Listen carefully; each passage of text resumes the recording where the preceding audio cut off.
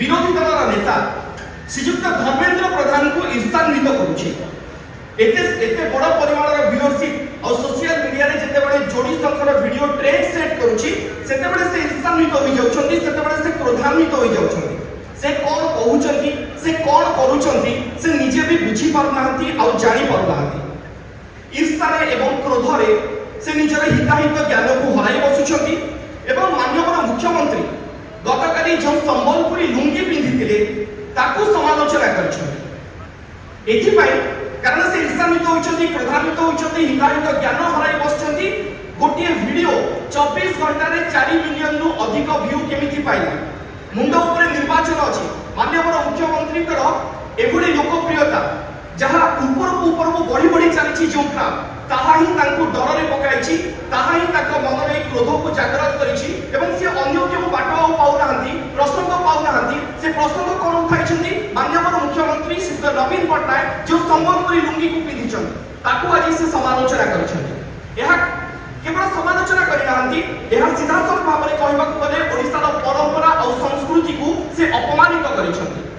लक्ष लक्ष बुणाका जो माने संबलपुरी रो ए लुंगी को तयारी करथिले, ओडिसा रे लक्ष लक्ष साधारण जनता जो माने लुंगी पिंधंती सेमानक प्रति मध्य माननीय केंद्र मंत्री श्रीयुक्त धर्मेंद्र प्रधान अपमानित करिसंती सेमानक।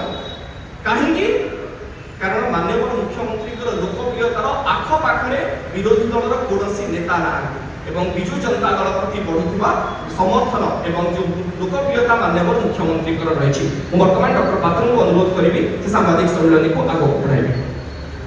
बहुत धन्यवाद। समस्ते जानिछु संबलपुरी लुंगी को बनैबारे शह शह हजार हजार ओडिसार बुणाकार मानकर असीम चेष्टा प्रचेष्टा एवं परिश्रम लगी था।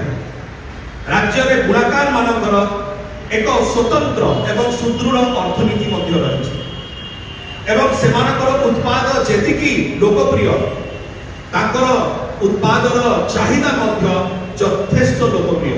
एटा केवल ओडिसा रे नुहे, भारत वर्ष रे नुहे, समग्र विश्व रे यह सुपरिचित। एही सशक्त अर्थनीति उपरे उठार घात करिसंती, आघात करिसंती माननीय केंद्र मंत्री श्री धर्मेंद्र प्रधान जेतले से संबलपुरी लुंगी को समालोचना करुचंती। सारा ओडिसा रे खास करी ग्रामांचल रे ओडिसा रो लक्ष लक्ष आज मध्य ओडिया माने प्रतिदिन लुंगी पिंधि थांती। जेहेतु एई लुंगी बारंबार बारंबार जो यूज करा जाय थाए एटा केबे हेले खराब हुए नाही। एटा काहेकि कारण ओडिसा रो बुणाकार माने जो प्रकार उत्पाद करथांती से उत्पादर बलिष्ठता जको माननीय मुख्यमंत्री जो लुंगी पिंधिथिले ता संबलपुरी लुंगी एवं जहाँ पछरे अनेक बुणाकार कर मध्य परिश्रम रहिছে। माननीय केंद्र मंत्री श्री धर्मेंद्र प्रधान ओडिसा बाहर बेसी वर्ष रही गले। केतले उत्तर प्रदेश रु आछंती, केतले मध्य प्रदेश रु आछंती, केतले बिहार रु आछंती। सेति बेसी समय कटौचंती।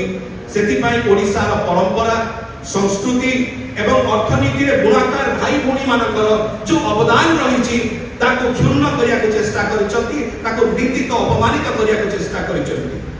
माननीय केंद्र मंत्री श्री धर्मेंद्र प्रधान लक्ष लक्ष बुणाकार को पाखरे ओडिसा वासी को पाखरे खास करी संबलपुर वासी को पाखरे क्षमा प्रार्थना करिवा दरकार।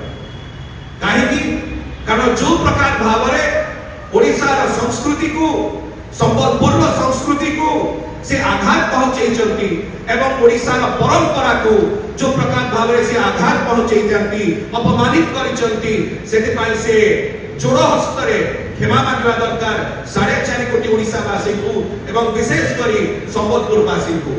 आज जो दुई भाई आमे लुंगी पिंधि के आसीचु एटा जणेवा पाई कि बिजु जनता दल जेते बेले जे कोनोसी बड़ व्यक्ति होंतु से माननीय केंद्र मंत्री होंतु श्री प्रधान होंतु कि जेते बेले से माने ओडिसा रो अस्मिता, ओडिसा रो संस्कृति, ओडिसा रो परंपरा संबलपुरी लुंगी विरुद्ध रे किया हेबे, लक्ष लक्ष बुणाकार को विरुद्ध रे किया हेबे सेतले बिजु जनता दल एई लुंगी को पाथेय करिवो, एई लुंगी को धरि के आगे बढ़िवो। ये ओडिसा रो संस्कृति सभ्यता एवं परंपरा संबलपुर वासी पर यह एक ऐतिह्य एवं परंपरा विषय। बहुत धन्यवाद।